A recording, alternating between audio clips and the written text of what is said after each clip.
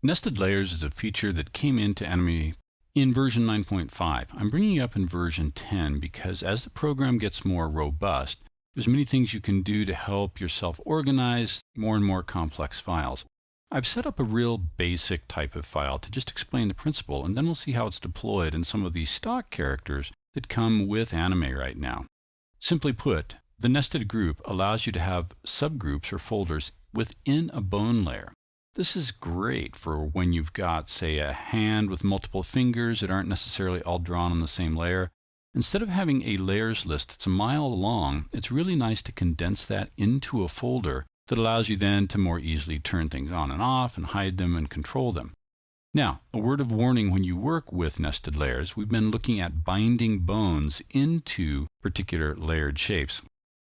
It is possible to bind a layer group to a bone, and if you do that, it prevents things like smart bones from working correctly.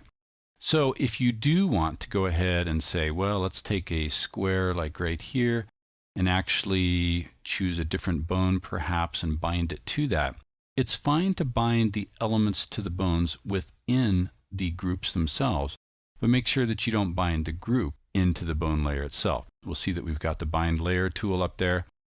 Much better to go ahead and grab instead the bind layer or bind points if you want to work that way with the actual bone in the layer that's under the subgroup. So I just bring that up. Let's go ahead and create a new scene real quickly and just see how this is deployed in some of these samples you have to work with now. So it makes a little more sense when you're looking at them. We'll come down to Pirate. I'll bring that into the scene and close the library. We have a Pirate bone layer. So that's pretty rich for a character that's got this many selectors, this much detail. When we disclose this now, we see that we have these nested layers, multiple groups, head groups, hand groups, this type of thing that allow you to more easily control and deal with exactly what's going on inside your scene without getting this long list. So again, any of the specialty types of things that you need to do regarding smart bones needs to be done on a layer by layer, not a group by group, to make it work correctly.